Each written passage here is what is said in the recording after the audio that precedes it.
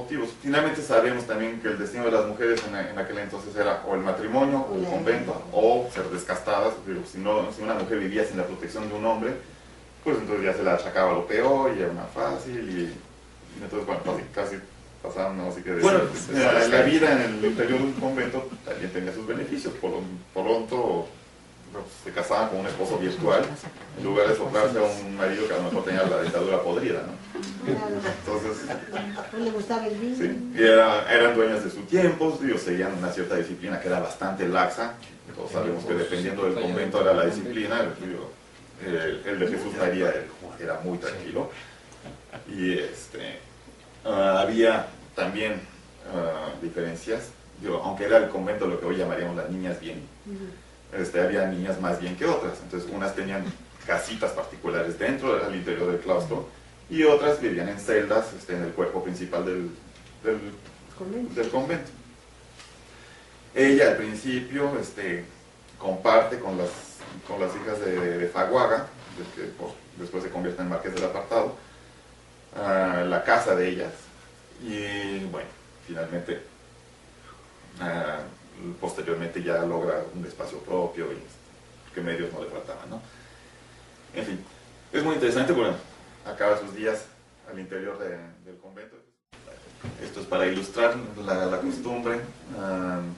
Cuando una monja pasaba mejor vida, se exhibía su cuerpo, se volvían a abrir se corrían las cortinas del coro bajo y detrás de la reja se exhibía el ataúd y el cuerpo preparado y vestido con la misma corona de flores y la vela, el cirio escamado que habían utilizado el día de su profesión.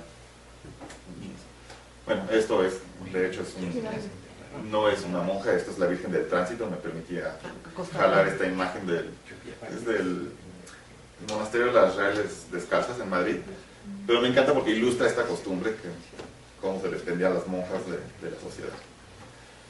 Y bueno, pues así que después de haber cumplido su misión, porque en aquel entonces, bueno, tener en la familia una monja era algo también que incrementaba el prestigio de la familia. Entonces, por ese lado, José Laborde estuvo colmado, feliz, y ya no podía pedir nada más a sus hijos. Pasamos. Este retrato, que no tengo la fecha exacta en la cual se elaboró, pero para mí que fue después de su muerte, de la muerte de Don José. Don José vivió casi 80 años, lo cual también es extraordinario, ¿no? Y bueno, cuando termina Santa Prisca, que es en el 58, pues, tiene entonces casi 60.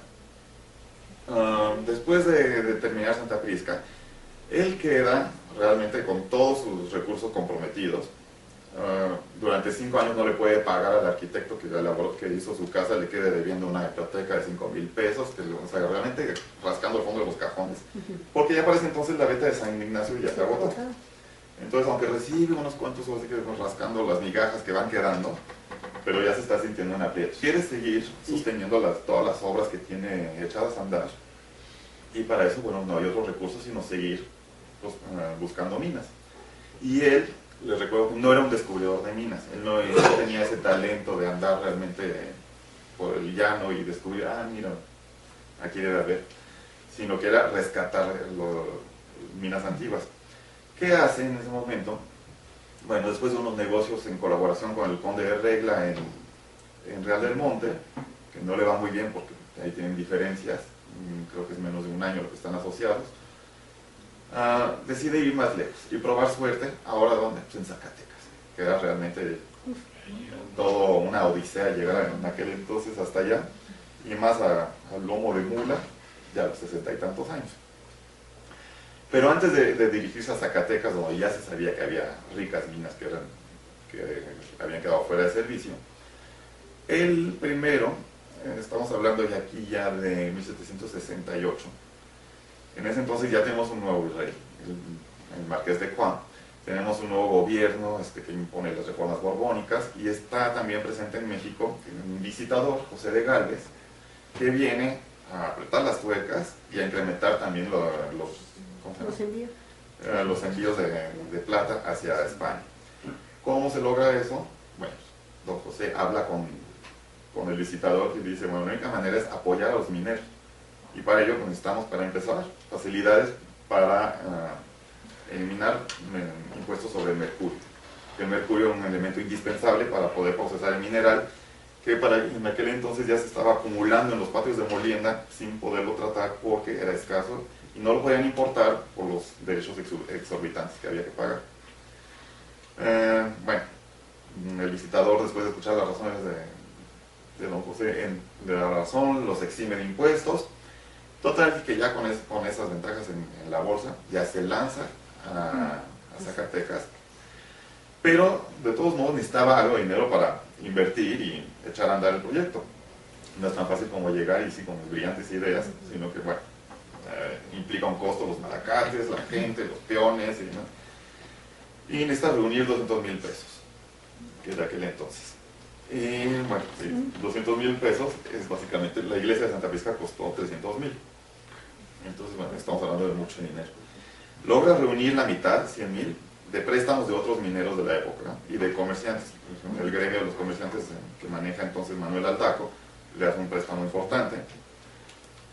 Pero bueno, finalmente le siguen faltando 100,000 que no logra obtener de ningún sitio. ¿Qué hace? Se los pide a los vecinos de Tasco, los mineros de Tasco, que en pocas palabras lo mandan a volar. Entonces le da tal coraje que saca un as de la manga y decide, bueno, si no me apoyan con eso, entonces no me queda de otra más que vender las joyas de Santa Prisca. Y en ese momento, bueno, es cuando toma la famosa custodia, que era una pieza monumental que valía más de 100,000 pesos, pero bueno, estaba cubierta de N cantidad de piedras preciosas.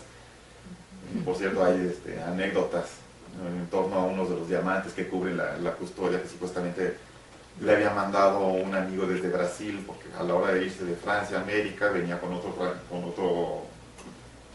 compatriota, nada más que uno se fue a Brasil y él a lo que ahora es México, pero resulta que años después, dice la leyenda, el amigo que había ido a Brasil hizo fortuna en las minas de diamantes, borda aquí en La Plata y hace correspondencia y intercambio de regalos. Entonces, con los diamantes que le manda el amigo brasileño, supuestamente los usa para engarzar la custodia, parte de. El caso es que, bueno, le ofrece la custodia al arzobispo, que era el único que en ese momento tenía los fondos suficientes para adquirir una pieza de ese valor. Se lo paga y cuando los tasqueños se enteran, quieren reaccionar y ahora sí aportar los 100,000 pesos para que se quede la custodia en Tasco, pero ya es demasiado tarde. El trato está hecho con el arzobispo y Borda no mete las manos porque ya está, la verdad, muy ardido contra sus coterráneos y no hace el menor intento de evitar el despojo, por así decirlo. El caso es que a esa edad ya avanzada, con el dinero en mano y el permiso para el mercurio y todo, se lanza hasta Zacatecas y, para no hacerles la historia larga, ya todos los detalles los pueden leer en la novela, acaba después de 3 años por hacer una tercera bonanza en una mina que se llama la mina de la Esperanza, en Zacatecas, y ahí, bueno, vuelve a resurgir y es cuando empieza a surgir el mote del fénix de los mineros. Yo, porque ya una vez en Tlalpujahua, 2 en Tasco y la tercera ya a edad avanzada y en Zacatecas, ya su fama se vuelve leyenda. Y ya se vuelve a restablecer sus finanzas, en fin. Estando en Zacatecas ayuda también a terminar la decoración de la catedral. Reemprende toda sus obras, su labor filantrópica, sus obras pías, las capellanías y demás. Y ahí está trabajando duramente. Seguimos. Aquí están el camino de acceso a la mina en Zacatecas. Se imaginan, bueno, yo el día que fui hace un calor espantoso, no me podía yo imaginar a los 70 años casi estar recorriendo esos caminos y en esas condiciones. O sea, realmente cuál sería la perseverancia y la fuerza de voluntad de este hombre.